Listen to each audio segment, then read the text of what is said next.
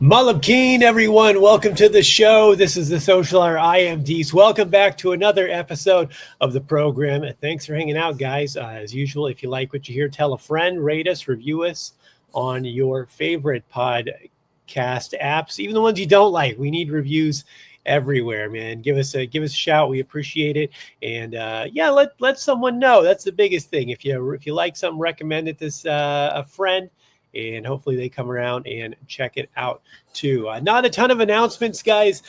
Just the usual stuff. If you're listening to this as it comes out on Wednesday, the audio version, I've got a show this Saturday in San Antonio, Texas, the special 420 edition of the THC show at Upstage Comedy Lounge, the one and only show where comedians will come up, do a set, then we go have them partake in cannabis, allegedly for legal. We have to say legally. And then we have them come back and try to do comedy again. Keyword is try, because it does not always work as well the second time. It's a great show. We're doing a special 420 event. We're doing on 4/19 because 4/20 is Easter. So we'll all be repenting from the sins we are committing the night before. But come down. That's a fun show. Tickets go fast. Show is at special time of 4:20 p.m. also. So get your tickets. Come on down. That's going to be a good time. And also I will be at Galveston Bay Brewing in Clear Lake Shores, Texas on April 24th. Tickets are selling for that too, so make sure you get those. And then Mexicana Cafe back in San Antonio, Texas on May 2nd. And big event, May 3rd, free comic book day, as everyone knows who is a nerd like me. May 3rd, I will be at Dragon's Lair, Alamo Ranch in San Antonio, Texas. Big event with some other big-time creators. I'll be there signing Kill Stand. We'll have copies of number 2 special release there. So come get your copies. We'll have all 4 variants. We have a Signature Series 9.8 CGC of Kill Stand number 1, first edition. We are going to be raffling off that day also. So come check out the booth and get a chance to win that book. That way, when Netflix picks up the right, you can, send your kids to college if you want. Or, just buy a Lamborghini, cocaine, and some whores. Whatever you want to do. I don't care. Fuck your kids. All right, guys. We are, that's it for the announcements. We're going to get into it with our guest today. He is a returning guest, although it's been a while. He comes to us all the way from our neighbors to the north. Don't tell Trump and whoever took Trudeau's place. I don't know. I can't keep up with Canadian politics.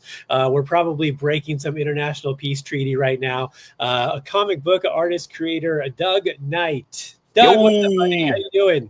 Good, man. How are you? Good. We had to smuggle him in on the dark web to get him across. Yeah. I'll probably have to pay some. We're all linked up with VPNs. It's all good. Yeah, some sort of like tariff I'm gonna have to pay for this episode or some shit. So that's okay. It's gonna be huge. yeah, man. How you guys did just get a new prime minister, right? The no more blackface minister, new guy. Yeah. He's out. Yeah, we got Carney, and then we've got a whole other barrel of monkeys that we're figuring out who's good, who's bad, who's whatever. Another election coming up, but it's the right of the people. It's cool, It's my general consensus that if they're running for public office, they're all bad. Totally. That's the barrier to entry for me. It's like, oh, you want a position of power? Yeah, you're probably a piece of shit. That's not exclusive to Canada. I mean, not in this country. Yeah, it's like, I don't know, man.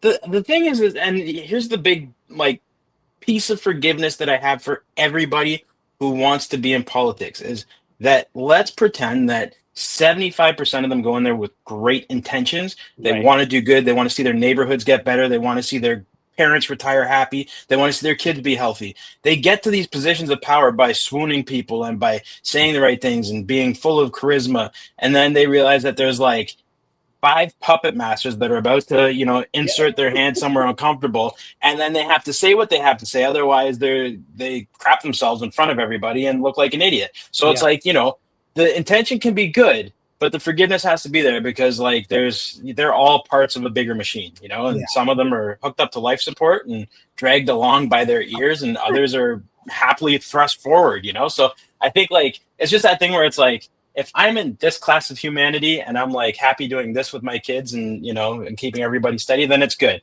If I Yeah. get into politics, then I'll just make sure that I wear a jock strap and extra thick underwear. Yeah, you got to get into one of those places where you can become a dictator and dress up as a general, like give yourself some sort of position of power in the military. You're like, no, I never served, but I'm a general now, and Yeah. I can Gaddafi or something where you just you Yeah. just dressed up like a Boy Scout every day. Or establish a political position where I can make sure that by perfectly legitimized voting, my kids can just take over when I'm done too. There you go. Yeah. That's how it works, right? No, Yeah. great. Yeah. Nothing. Yeah, just it's like a kingship. We just pass. Oh, yeah. So I guess we'll jump into the ska zombie punk rock adults only book before we jump to the all ages books for kids in hospitals, eh? Yeah, I guess, Nancy. Yeah. Before we do that though, Kill Stand was really fun, man. I enjoyed it. That mask is sick. Oh, thank you. Yeah, I'm trying to get this guy to make a resin, like a life-size resin cast of this mask that I can use. You gotta be careful with that one, man. There's I don't know if you've had this yet, but like on Facebook, you get like you know it's part of the network game, so you like sure Jeff Johns, okay, I'm sure that's really his profile or whatever, right? But like you get all these like all your friends you add up and everything, and all of a sudden you get like, hey, bro, I'm a 3D printer. I can do this for you. Well, luckily it's a guy I met at a convention here in San Antonio. So like I've been to his barn where he makes these like Jason masks, like Friday the 13th masks. And that's what he does. And so I'm like, hey, I showed him my comic book. I'm like, can you make this mask? And he's like, yeah, nice. Can. So. Have you linked up with Moose from Lampstands yet? No, I don't know. No. Who's that? So Whamstand is this company out of Cali, and I take half credit because apparently one of his parents is Canadian. So we're basically like brothers. And he produces these like really great 3D printed comic book displays and stands. So like he posted a spinner rack that he had 3D printed, and I was like, I want that. So he sent me the prototype. So I showed that at like one of my first shows, and it's like he's got some really cool stuff. So you can send him like all the files for your logos and everything, and he'll 3D print what your logo is so that like all your table setup looks just like super mint. And he's got a little team now, so like and everybody's super easy to deal with. It's sick. Yeah, that sounds great. I'm just trying to find ways to get that pop at shows. Yeah. And I thought like a weathered looking legit mask would be a cool way. Yeah, that would be cool. Yeah. So you know what else would look good? Is a cover by Doug Knight. Yeah, hey, we've got I should check my I've got to check what we've got slated for this book because I know I've got some people in the pipeline and I'm doing the main covers and then I'm doing a variant for every book and I'm trying to think if we have spots open still, but nice, man. Well, hit me up, dude. Yeah, we might be able to see what we can do. But worst case scenario, if not this book, I've got another book I'm doing after this. So, no tariff on friendship. What's that? There's no tariff on friendship. Oh yeah, there you go. But if I want the hard copy though, there's a tariff when it comes across the border. Not if you print with Comics Wellspring. That's right. I gotta say, I am not with Comics Wellspring. So yeah, well, that's for you. That was kind of the tricky thing about like navigating Kickstarter for me this year was figuring out what I can do to make everybody's life easier. Like obviously that building shipping onto everything is a nightmare. Yeah. And luckily for me, like I've had a really good relationship built with the folks in Michigan there. And then you remember Mark Bernal from Lesser Known Comics linked this up. Well, because of him, I met Brandon Blocksdorf, who's at Apollo City, and so he's going to handle all the distribution for this Kickstarter from the stateside stuff. So I think it was a pretty like amicable way of making sure that I could keep shipping like honest across both sides, and then whatever I get, I'm going to handle Canadian, and and then like, anybody that orders like the, custom signature from me or any like remarks or whatever, I'm going to like make sure that I help take care of the shipping to get it to them. So it's not Yeah. like, crazy. So you got to work with everybody. Everybody's in this thing together where you got to be, flexible. Yeah, that's interesting. I never even thought of that, that the, shipping from America to you and then you repackaging it individually and Mhm. shipping back out. Because I mean, what percentage of people getting your book are in America? I say I've got like a really good mix because I've got people that are jumping on from the Chiasm campaign from 4 years ago and Super Wicked White Cell Squadron from 2 years ago. And so like it's right now it's like a 50-50, but I'm doing a lot of stuff to get local attention as well. Like I've created a couple exclusive tiers that like, anybody close to me or within like whatever 100 kilometers doesn't have to pay shipping so that we can just meet up.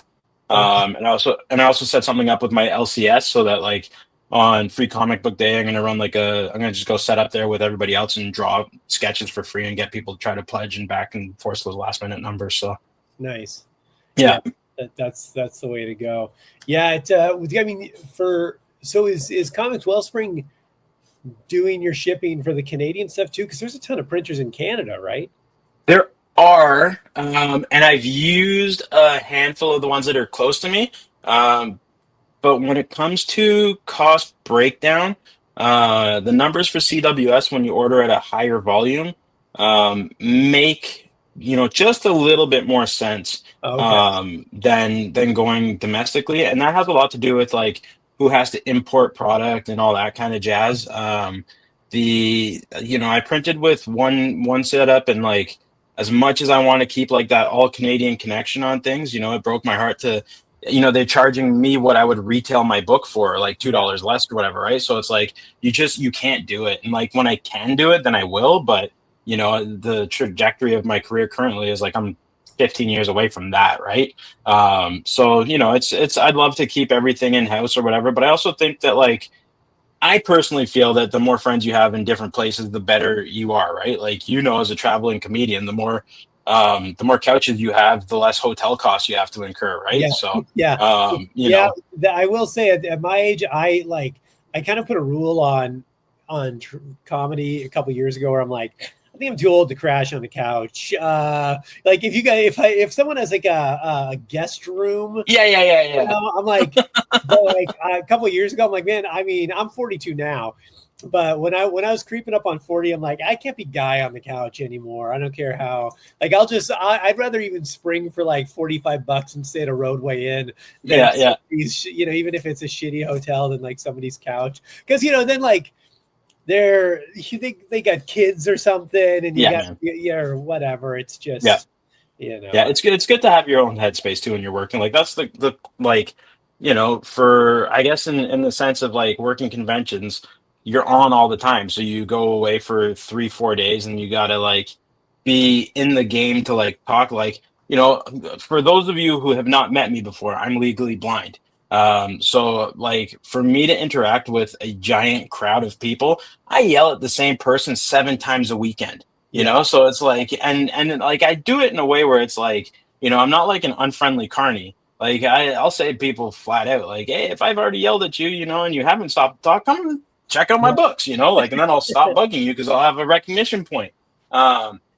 But it's one of those things where it's like when you get into the flow and you realize that like headspace is so crucial, because it's not like you're going out and partying or anything. Like you're talking for 8, 9, 10 hours a day, and you're like so on saying the same pitch over and over again, and engaging and connecting and selling art and books, and like it's a whole deal. So it's like, yeah, you go to like your homie's couch, and you just like you wake up uncomfortable, you can't stretch, you can't do like your routine, you Yeah. have to like look for their Keurig pods or whatever. Yeah, yeah. I don't want to wander down the hallway in my chonies in the middle of the night and traumatize a 7-year-old kid or some shit. I'm like, it's just, Yeah, yeah. yeah. I Uncle mean, Deece, what's Victoria's Secret? right. I don't know what kind of, I don't know what kind of parental controls they have on their internet. I don't want to download some weird shit that they don't know about. Yeah, really in after shows too. I mean, more so now that I don't drink even. But even when I was drinking, like after comedy shows, people don't realize, like usually me and my opener, we'd want to just go somewhere quiet and just like have a whiskey and just talk, because like, we understand this shared experience, but like we are coming down from this. Yeah. Everyone else is going up and they want to Totally. just go nuts. And I'm like, man, I cannot keep up with your level right now. Like I left everything on that stage. I am not, ready to be this social at the moment. I got a job. So I did Terrificon in Connecticut at Mohegan Sun last summer. It was like a sick show. If you get the opportunity to go check it out, like honestly, so I got this really cool setup with my buddy Brandon, who does all the media for Apollo City and stuff, or for Comics Wellspring. So like we got a media booth. So like there's another little quick hack is, if you can't get an artist alley, look to see if they have a media section. Because if you're a real hustler and you have like a library of podcasts, that's considered a media portfolio. So you can say that, like, you've got a history of like being whatever out there. Anyway, so we got this table. I was the first retail booth as people were walking into this into the event. So like people are walking past, they're budgeting their money, and I'm just like, hey, I'm sending books to kids in hospitals. I'm a legally blind cancer survivor, and these are all my friends, and all their awesome art. And so like people are like, and I've got these like pretty awesome sketch covers too, right? So like people would stop and be like, come on, man. But I worked the event with a couple buddies, Tanner Ogle, super sick illustrator, my buddy Brandon, and then this other dude, Mike, that I worked on a comic book for, like to raise awareness for low vision children, and so. Mike is also legally blind and a much more reliant user of his cane. So I'm like, I call myself Doug Devil, like I don't call it, people call me that. I don't make them my own nicknames. It's not for me to do. But like, so I have my cane for like airports and new scenarios and stuff. But as soon as I'm comfortable with something, I like just kind of tuck it in the back pocket and only pull it out if someone wants to hit me for walking into them or something. Yeah. So we get to the end of the show one night. And because it's such a cool event, like you've got some heavy hitters from the industry that are there, and they all go to like Pepe's Pizza and like all these karaoke bars, like they're all peppered around the casino.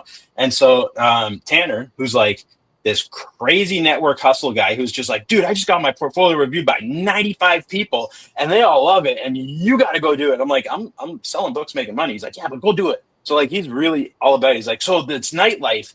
Everybody goes out. We got to go see who's out and about. And I'm just like, I was just planning on going grabbing some Chili's and falling asleep. But, I guess we can do it. Man. You got unlimited chips and salsa. I don't know if you heard. So we go out, and my other buddy that was accompanying us, he's like Iron Man. Like, I'm blind, but I still run a marathon and can like push a Volkswagen Beetle up San Francisco hills or whatever. Right. And so like, I just realized that I'm hearing like, wow, whoa, hey, oh, sorry, oh, and everybody was like getting like real offended. I look back, well, he's got like his style of cane has a big like roller tip on it, and he's got this like 9-foot arc that he's just whipping this thing around on, right? And so like it's this beautiful nightlife atmosphere, and this guy's power walking with like an assault regulation like swing going on with his cane. And so I was just like, whoa, whoa, whoa, whoa, whoa, whoa, whoa, bro. Let's tone it down a little bit. So then we're like, so I'm already out of my comfort zone because like the lights go out and I can't see. And then I also realized that I've got to keep my buddy that's with me from getting me into a fight because he's like whacking people's ankles at the bar. And so it's just like, it was this whole calamity of like not wanting to be out, but then like just kind of riding the tide of being out. And then when I got back in, I was like, I can't wait to never do that again. Yeah, it's all just a shit show, man. People don't it's especially if you got 3 blind guys running around trying to figure out. There's 2 blind guys and 1 hapless hustler. Oh, there you go. Well, socially blind. This is actually funny. This is the second show in a row I did with a guy who's legally blind. Last week, who's the other dude? He was this guy who's in the military, and he was through kind of a crazy story. People listen to the episode if you want to hear the whole thing. But he actually tried to kill himself and shot himself in the head and survived, but legally blind after that. So yeah, it's kind of a crazy tale. Yeah, that's crazy. That's it's like why I put the tumor in my head.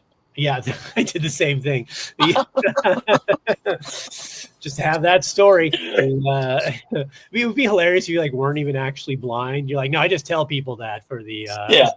Yeah. Well, so I did an interview a while ago, and the gentleman that was talking to me, or the person, or the Zay, or whatever they want to be, they're just like, they're like, you're not the only blind creator. And I was like, at first I was like, well, yeah, I know. But then it's like when somebody like, it's like for me with my limited Spanish, it's when someone speaks to you and like as a native Spanish speaker and you realize what they said like 3 weeks later, Right. because you're still processing. So like I remember thinking about it, I just got like angry and angry as it went on. I was just like, I'm not, no, and that's okay. There's lots of blind people doing cool stuff. There's lots of deaf people doing that's and what was that? You know what I mean? I realized it was like just this whole lightning rod. And then so I was at Toronto Comic Con a couple weeks ago, and I met Sam Noir, who's an incredible writer, and I saw that he was holding his cane, and we ended up knowing each other through my connection with the Canadian National Institute of the Blind because he's a new client there. And then I met another creator, Richard Fairgray, who's also legally blind, and so I was just like, guys, I'm not excited that either of you are experiencing vision loss and dealing with a frustrating lifestyle, but it's kind of cool that we got a bit of a team here. 3 blind mice of Toronto. Get a couple more of us together, we might be able to finally take over the world. But I wonder what the group, the plural of several blind people would be. A stumble. Yeah. An accident. Definitely an accident. That's a stumble of blind folks. Yeah, there's so what do you been working on, man? You've got a bunch of stuff going on. What's I have a crazy Kickstarter going on right now where I've got I completed projects, and every time I complete a project, I'm like, can I drop a crowdfunding for this? And then I realized that I feel like launching for one book, if you've already got a path of destruction, is kind of like going to the well too many times. You want to give people something cool to like come after. So the Kickstarter that I have right now, if you head to the site there and you check out Cross-Eye 2025, you'll find it. I've got Chiasm, which is the sci-fi retelling of my life as a childhood cancer survivor, swap chemotherapy with alien molecules, has 3 issues. There's a 0, which is like a one-shot anecdote, a 1 and a 2. That's like your superhero origin, make you feel bad things, make you feel good things, super cool. I'm rolling that into a trade paperback. So instead of like the 3 issues that I have to travel with and sell low on one or whatever, people get it. The whole shebang comes with it. So I'm doing that. I've also got my all ages project, Super Wicked White Cell Squadron. I designed that to get distributed to children's hospitals. It's like Captain Planet meets Power Rangers. It's everything that we grew up watching in the 90s, cheesy jokes, cool armor, big robots, cool monsters. Yeah. It's designed from the perspective of things that I was told to help me get through the really crummy times as a kid. That are going to only mean certain things to like the other kids that are going through it now. Like the giant mech is called the MRI. And so what some people know as the magnetic resonance imaging scanner, MRI actually stands for enormous mechanical assault robot interceptor class. So and they're like transformation sequences like in the tubes, and they get like the diagnostic things hooked up and everything, and then they're like part of the robot. So it's just like building that really cool immersive thing, like when Omar gets called to his scan, like he's like, I'm gonna go kick some ass, like I want to get these kids stoked to do the good stuff. So that was really cool. So I've got issues 1 and 2 as a self-contained story, and they're rolled into a full volume trade paper. It looks really cool. It sold really well. So I'm debuting that as a crowdfunding project as well. And then I'm debuting Apocalypse Now, which is my ska zombie nuclear holocaust apocalypse, wicked fun, like 16 plus, just random violence and like an ode to being a shitty, stinky teenager who used to scramble for $5 to get pizza money, and it's also cool because it's like artistically, I can be a little wacky with it. I can have fun. I can draw detailed backgrounds. I can like get into the utopia or the dystopia stuff. I can get into like the body horror and the real mangled stuff, and it's been really cool just to explore that. Like, I want to reach that, like, the wider audience. I want to get to like the old punk rockers, the second wave ska heads, like, and really like turn it into something they can tour. Like, I want to be at Warp Tour hucking comic books because I know that it's going to sell to people, so Yeah. so it's just doing a thing. I'm offering like this huge thing, sketch covers, like, what, I'm basically like this. I'm running a month-long convention. So it's, that's it. Yeah, man. How was it getting comic books into hospitals? I mean, what are the barriers for that? It seems like such a simple thing, but also, Yeah, but it's not. but yeah, It's not. the bureaucracy of red tape. Yeah, totally. So actually, like, one of the coolest hookups that I got was through Mark Bernal at Lesser Known Comics. He hooked me up with Mark Weiss, who runs comic books for kids, and they're a 501c out of Chicago, and they Okay. already have this crazy network of hospitals that they already have a relationship with donating to. As well as they've got other stuff that they do for vets and stuff. So I guess, like, for the military, they send a bunch of the adults only, or like more mature stuff, and then the children's hospital to get everything else: toys, comics, all that stuff. So every time I send Mark 75 copies of White Cell Squadron and the coloring book that I made, he makes sure that one goes into one of the cases that they send out quarterly. So at least, if I send them 75 of whatever, then I know that it's going to 75 different places to light up 75 different faces. And then I would think send the sick kids the mature stuff, because if they're not going to make it, they need to see some titties for listen, man, listen. Those I kids found deserve- Spawn. Dude, I found Spawn at 10 years old. Nothing else existed to me. Spider-Man was a cartoon. There was no other comic books. The first impression that I had of comics was like this demonic silhouette standing over top of a river of blood and skulls. So, like, like, that's why when people ask me what chiasm's all about, I tell them that, like, honestly, if you're a kid that's gone through it, the violence in it is nothing for like it's all copacetic to what it is. Yeah. But then on my end, I'm getting really good at making the phone calls and networking and pulling threads. White Cell Squadron, I named all the characters after doctors that helped me through my childhood and my adult medical stuff. And so it's really cool just to reach out 30 years later and be like, you're a superhero now. Thank you. And then that opens doors, and doing any doctors you didn't like that you named evil characters, like, hey, you piece of shit, your bedside manner sucked. Yeah. No, but my grade 7 teacher told me the only way out of cancer is death. So I put her into issue 0, and her sister-in-law read it, and it was Douglas. I was like, listen, art imitates life. Like, I don't know what you want me to say about that.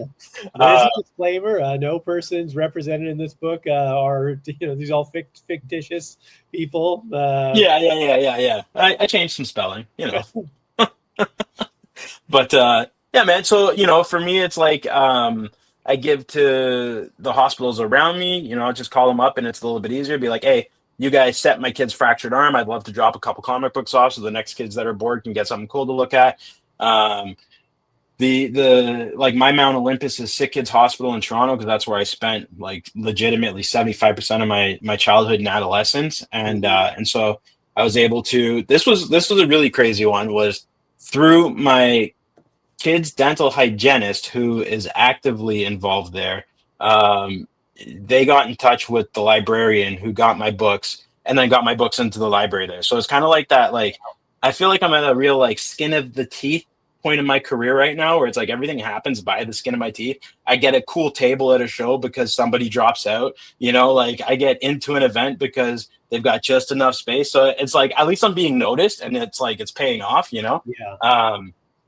And so that's what it is. It's just hustle. The goal moving forward is to have a broader reach through Canada. So, like, that's bigger cities around me, different provinces and stuff, and, get French copies of the book made up. When I get into the States more, Espanol copies, like everything. I just want to, I want to be able to make really good content available to everybody who's having a shitty section of life, or, however it may be. And then the rest of the stuff is just fun doing art, smashing zombie skulls and listening to ska music. Yeah, that's interesting. I mean, I never even thought about it like that. what the scene would be like in Canada. I mean, I know there's big conventions up there, but also there's a lot of space in between cities up there. Here there's, even in Texas, it's a big. You guys have a good scene, man. But we've got. I mean, even so, I'll go do small shows, like 1 or 2 day shows in these small areas, and sometimes those are the best shows because it's like, oh, it was only a 3-hour drive. It's $100 a table, and I'll sell 60 books in a weekend. Because if you're hustling out there trying to pitch it to everyone, you can really move a lot of books. Yeah. Here I find, so there's, especially in Ontario, there's one company that does a lot of small town 1-day shows that I do want to get more involved with moving forward. But again, it's like that, I got 2 kids and a wife that I got to keep happy. So sometimes you just got to plan for the big shows. But then also establishing really strong relationships with local shops so that you can get in for 1-day signings and, just go make an appearance and do stuff is really important. And then establishing, I'm at a point now where I've started really making a push to apply for good panels and professional or guest tables with some of the larger shows, which allows me to focus on travel costs and stuff. So, so it's the hustle. There are, and it's becoming more of a big thing too, with more games expos and stuff. And, even with my history in tattooing, I'm thinking about starting to hit up vendor tables at tattoo shows and stuff, because it's, anywhere where you can sell art and be connected to it is a potential opportunity. Yeah. Yeah. I think that's the biggest thing is people limit themselves sometimes. I mean, God, I've only had my book out since October, but it's like I've learned a lot. And really the biggest thing was I had a marketing strategy in mind before I even had the book in my hand, and a lot of people, I'll talk to people on these groups and they're like, where should I submit my project to get done? I'm like, no one wants your project. Yeah, do it. Just do it yourself. Yeah, I was talking to this guy the other day. I'm like, I don't care how good your project is. Image doesn't give a shit. Totally. Guess what? Scott Snyder pitched them 8 things this month. Why do they give a fuck what you're doing? It's like, not that your thing isn't good, but I go, if you want to do it, man, you got to pay for it. Go do it. Yeah, totally. Do a Kickstarter, hopefully make some of that money back, and then hit a lot of conventions and plan to lose money or break even for years. Yeah, I think the thing, it's it's, I guess with comedy, it's getting up, right? I'm not going to pretend that I don't listen to every Kill Tony, Rogan, all that crap. I'm all about it. But it's such a similar process, and that getting reps and getting up are the same thing. Pitching a comic book is so much different than putting yourself on a timeline. And if you can drawing it and lettering it and, writing it and making sure that people like it, making sure you don't have 75,000 spelling mistakes or grammatical errors in it. It's this whole thing of and the first one that you do isn't as good as the next one that you did. And if the 5th one that you've done is not as good as or better than the first one that you did, then you're already burning out and you need to figure out how to restructure. Right. It's not being too proud to take an illustration course, opening yourself up to talk to an editor-in-chief somewhere. Have them say, you're doing good, kid. And then take that not as a fuck you, keep trying, but take it as this person wants to see you succeed and they're giving you the tools to build off. Go draw better cars. There's these things that you need to put yourself out to, and and understanding that the thing with some parents where their baby is the cutest thing on earth and they get offended if somebody doesn't look at them and fawn over it or whatever. Your baby, your comic book isn't necessarily the cutest thing on the face of the earth, right? Yes. Or the best story, or maybe it's been told, but it's find a way, dude. You know how funny it is for me to hear somebody else pitch Chiasm, the sci-fi retelling of my life as a childhood cancer survivor? It's just it's almost my favorite thing to see somebody flounder as they because they see me deliver it so smoothly and effervescently and I rope people in, and then they hit this speed bump. It's the sci-fi retelling of this guy's so it's just but that's the thing. It's just this personally connected thing that no one's going to sell as hard or as good as you. I got a buddy, you've probably crossed paths with him, Dan Price. He's got Bigfoot Nose Oh Karate. yeah. Yeah. Dan, I haven't met him, but I feel like he's like a brother, because we've like been so closely connected for so many years. But like, you got this thing where it's like, yeah, what a sick premise. It's Bigfoot, it's karate, it's this cool, like feudal. You don't even know anything but that. Like, it's in the name. Yeah. But he's gonna sell it way better than I'll sell it. I'll happily have it on the table at my show, and when somebody asks, I'll say it's in the name, buy it because he's awesome. But but no one's gonna sell. Super Wicked White Cell Squadron, dude. The powers in the alliteration of the name are like the tongue twister. Like it's like inviting people in on this adventure that I'm gonna say it's an all ages comic. Either you like it, you don't like it. I'm happy to talk ad nauseum about it. But it's only me that's going to do it. And that's the thing where like people want to talk about, I've got this dystopian retrospective look at a sci-fi tomorrow where every power is a curse and every curse is a backdoor channel to a conspiracy. And it's like, that sounds good. Have you drawn it? Oh, no, I'm waiting on my illustrator who's a Russian expat who lives in Argentina who has, 1,000 projects. So you're just like, that's cool, but what's happening to make your project go? So like, so it's that thing. It's like, just do it. Go to the shows, big show, 1 day show, 2 day show, art show. Like, bring your labor of love and show people why they want to love it as much as you do. And and it's part of the hustle and it's part of the passion that lets you pound your chest at the end of the year and be like, I didn't even break even. Well, it's like, I've told a ton of creators that I talk with, because my favorite thing is like doing these shows and listening to other people pitch books, right? Because like I can tell who's doing well the way they pitch their book. Because this one guy, I won't say his name, but I've done a couple shows with him. He's in the region as me, and I've ended up tabling next to him, and I hear him start pitching his book, and like, he's like a minute into this pitch and you're just like, you can see people's eyes just glazing over in their head. He's just on this long diatribe. I'm like, man, you got to be able to like hit him with like a line or two, and then you'll know if you should keep going, right? Or if they ask about more, and then you can go a little deeper. But like, I always really try to not sell the book. I try to sell them on why I love this book and wrote this for book. Sure. Yep. And that helps that like connection of the passion of the art, not just like, hey, here's this thing I want you to buy. Totally. Yeah. I there's a few things that like I've really picked up on over the last last year was crazy. I got a project circulation grant from the Ontario Art Council. So I got to like book heavy shows. So it was like really helpful for like getting out there.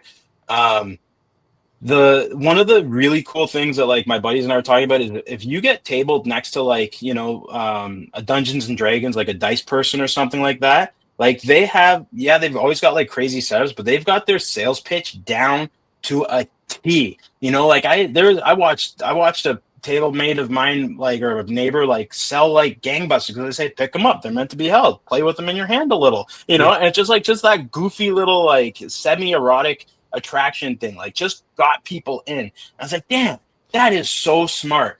And then like it's that thing where it's like, or when you're at a convention, remember that the people to the left and to the right and across from you are all there doing the same thing. So make it fun for everybody. Like I bring music. I make sure that like my community of table, like at the end of it, if everybody isn't buying coffee for each other, then it's like, it feels like a failure to me. Right. Like, because it's like, nobody, like everybody walks past the board creators, but if all the creators are laughing and there's like this, oh, I want to know what they're laughing about. It's like, oh, don't worry, man. It's for people that draw ridiculously large things. You wouldn't get it, but these books are cool, and so it's like, and I've even like, I get to the point where I'm having a great week and I'm like, my stuff is cool. Check out my homies' books because like they're also awesome. Or like, it's this whole thing, or targeting not the obvious comic book enthusiasts. Like I like targeting the dad who's cosplaying as a parent who gives a shit.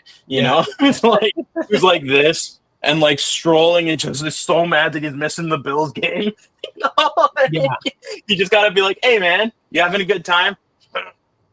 And then you figure out how to like engage with that, because 100% they're gonna rather talk for 5 minutes than like follow behind their daughter whose butt cheeks are hanging out of like the anime costume that she's wearing, Yeah. and so it's just like, but that creates this like little break where you don't have to give your spiel. You can just say that you're stoked and you can't wait to go home to see your kids, and you don't get this like comfort level until you do it. And you do it like more than once. I remember the first show that I worked with Mark, we both met in Indianapolis. Dude, we threw a dart at a board and we're just like, we both have to suffer to travel to this same location. So like, let's meet here and make it like our first show together. Yeah. And like, um, we had this whole thing where the first day I'm like, dude, I'm ready to sell. I'm like, okay, got my books, they're looking good. I got some art, I got my prints, I got the banners. Okay. And Mark's just like sitting there in his slides. He's got his hair barely greased back. He's begging and boarding books. And it's like the show is now open. And I'm like, hey, how's it going? I'm gone. Hey, how's it going? Gone. Excuse me, you want to talk about the product? Gone. And Mark's like, hey, bro, they ain't here for you right now.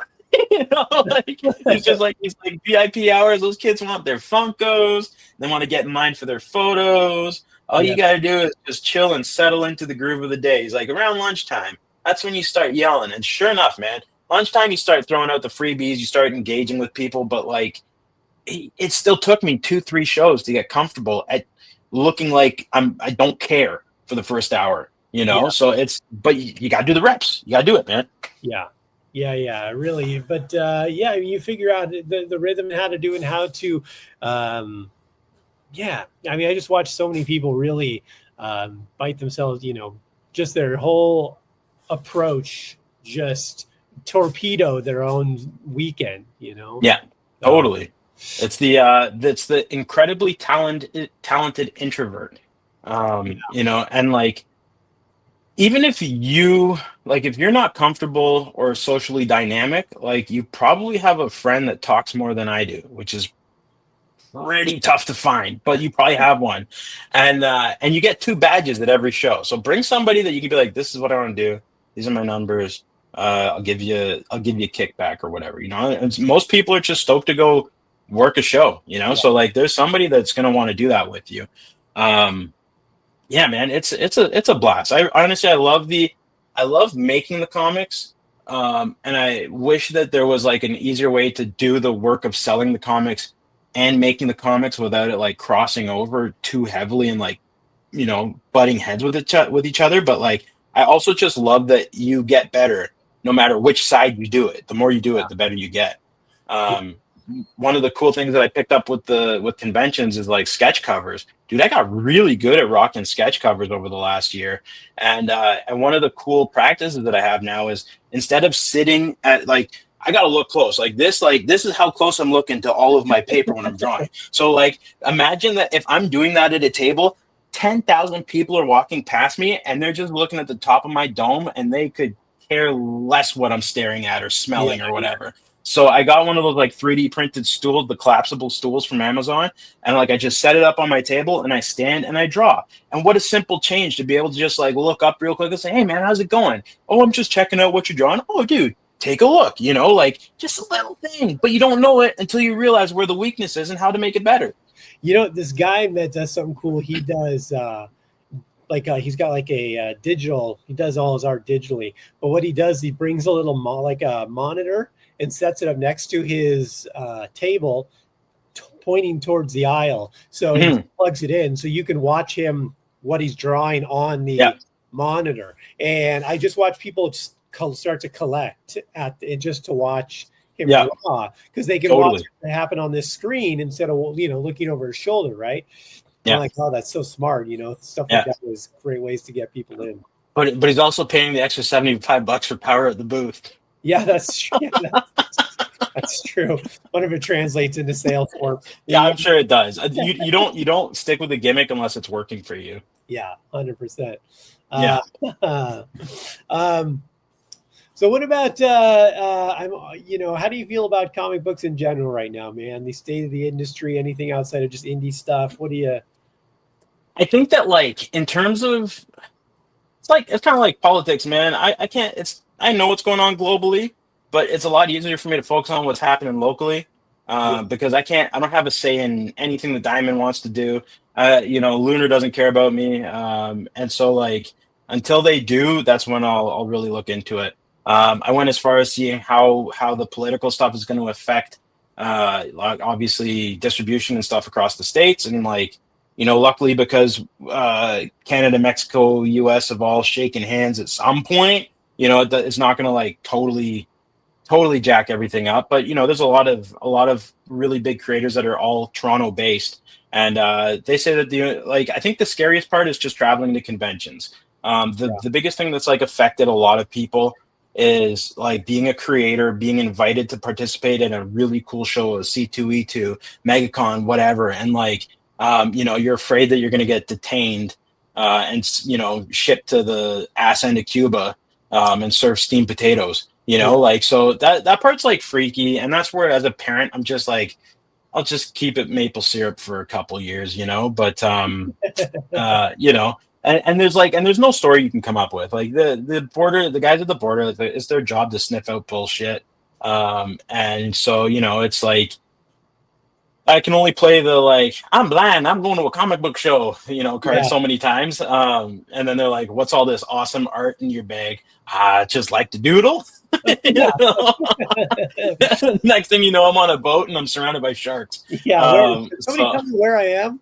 yeah. Yeah, But like in terms of like the indie side of it, like honestly, man, there's like the indie comics is so cool right now that the guys that have been doing it professionally for 15 years want to be indie again. Like you got a lot of guys that are like all like are attached to crazy names, like they've drawn your favorite heroes, and they're all seeing how much fun we're having in Artist Alley, and they're like, oh, like I want to do that. Like the thing, my most contentious point about that is when these dudes come into the indie fold and they jump on Kickstarter knowing that like the $500,000 that they're gonna make because they're doing like the bootleg spider. I'm not like say I'm just like you do a bootleg of something, everybody's gonna jump onto it, and you're gonna be $500,000 that you can put towards a ridiculous print run and profit and mortgage and all that stuff. When yeah, it's like you've got the other indie creators that are just happy to see $1,500 pop up because they got the supporters to hop on. yeah, And so it's like I wish that there was a bit of a discerning separation between like heavies going to a crowdfunding campaign or crowdfunding platform and indie creators going there. It's same like musicians. You see a musician go on and it's like you check out their campaign, they're at $200,000 or something like that. You're like, that's cool. Because I know that they're going to put that towards touring and distribution and all that other stuff. And they have the base. But it is so hard for like ground floor creators to get in on like a crowdfunding without having to shake hands for 2 decades to get a platform or whatever.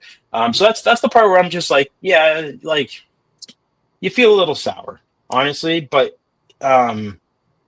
it's also part of the like those guys did the work to get that recognition. You yeah. know? It's a weird thing. I think what it is they've kind of cut out the middleman of distribution where like Mhm. I don't need to have a corporation, I don't need to do a print run, I don't need to send it to comic book shops. What I'll do is direct to consumer.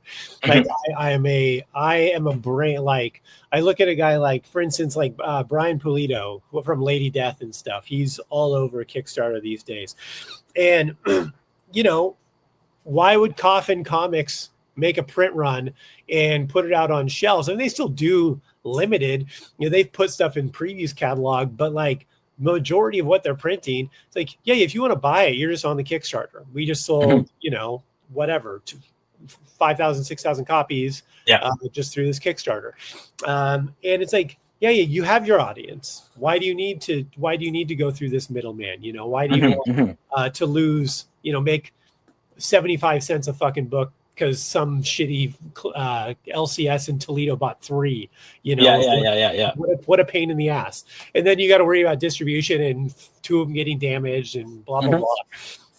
So it almost, but I mean, I get what you're saying. It does dilute it for people like us. Also, I mean, I go on there And I just look at anything that has like half a tit popping out, and it's like, it's like, I'm so glad you went there.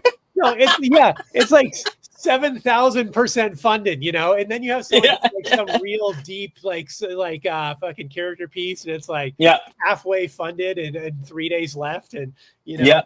I honestly, so with White Cell Squadron 2, one of the big preventative factors that kept me from going back to Kickstarter with that was like I saw how many like smut books I'd be competing against, and I just thought like I don't really want like it dilutes the intention of the all ages thing if like Monica's gonna go look and she sees like vampire gangbang zombie cheerleaders next to sorry, my what was book or that whatever. one?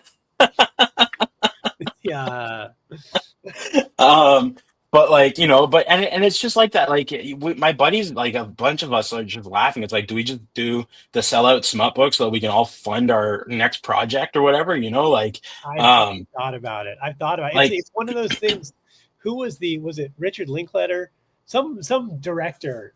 oh, Ron Howard. I talked about it the other night. Was he the guy who's like, do one for me, one for the studio, one for me? There's some director who is like, I do the one for the studio so I can do the one for me. Like they get paid making the studio project so they can fund the project they really want to do, Yeah. I'm sure there's a couple of guys that do that. But yeah, so and it's that thing where it's just like, yeah, and the AI thing, like I'm not the guy that's gonna like stand at my balcony and scream, "I hate robots," because like there's really a lot of you can't scream that. They're in your house. They'll find you, kill you. Exactly. You got to say it. Drone strike. Yeah, you have to say it into a pillow in the woods. But like but to that effect, like AI is doing a lot of really cool things for the accessibility world, and so like there's a lot of like cool things that computers are doing to secretly help us while they plot on how to kill all the weak ones. Yeah. But from the art perspective, like standing there, like, yeah, there's an injustice there. And it's like, it sucks to see opportunities lost by people that spend their whole life crafting their skill sets and stuff. It's horrible. But it's also like arguing with a 5-year-old. Like they've already made up their mind and like you're not going to win. And maybe you can make a good point, but it's only going to be the conversation between you and the 5-year-old and nobody else gives a crap about it. Right. So it's like instead of taking that outrage to social media and stuff, I'm going to focus on standing a little bit firmer behind my projects and working a little bit harder to shake more hands and and just realize that like the wave of technology is coming. There's points that you can embrace and there's points that you can choose not to embrace. It's like being the straight edge kid at the party. You don't have to drink to have a good time. You just need to understand that like it's everybody else's decision to be blitzed or, mind-bendingly not with it. So like, and it's just like, yeah, it's a lot of like laissez-faire, go with the flow, like, okay, cool, man. And like it again, when there's money taken out of the pocket of a creator, it hurts your soul. But I'm not the guy that programmed it, So like I stand against it being introduced into industries where guys are like have been making their bread and butter, but like I'm also again just not gonna be the one that like loses my hair over it. I like my hair. I can grow it out in 3 months still and still I get the afro, so I'm not gonna stress and lose that, There's the life's stressful enough. Well, yeah, like you said, people have already made up their mind about it. It's like one of those things I always crack up when I see these billboards that are like end elder abuse, like people that beat the shit out of old people. And I'm like, yeah, I agree with the point, but there's two people in this world. People that think beating up old people is abhorrent and people that have already signed off on the fact that they're cool with beating the shit out of grandpa and grandma. No one's been on their way home to be like, I'm going to fuck Mabel up tonight. And then they see a billboard, they're like, maybe not tonight. Not tonight. You're getting off easy, Mildred. But tomorrow night, there's no one whose mind gets changed by such things. So and racism in the back of the NFL end zones. It's like where you're either no one's we're watching a league of all black guys fucking they run. I'm not gonna be the one that takes on Roger Goodell. but like there's enough evidence out there that shows what the combine kind of resembles, Yeah.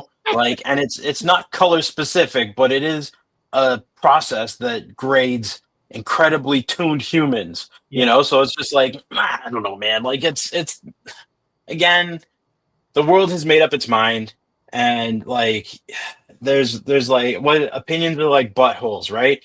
Everybody has one, they all stink, but there's only three that I've signed on for the rest of my life to care about, so it's just like, and mine doesn't necessarily mean one of them, so it's just like, as long as the people under my roof are functioning, I'm happy. And the fact that like I get to channel that positive energy and put it into my art and how I go out into the world, like, it's that's what it's all about. Like, it's this, like, you know my mom, she used to say positive pebble produces powerful waves, and like as a little kid, she's like, shut up, Mary. Yeah, what do you, Like, is your mom Mr. Miyagi? What the fuck?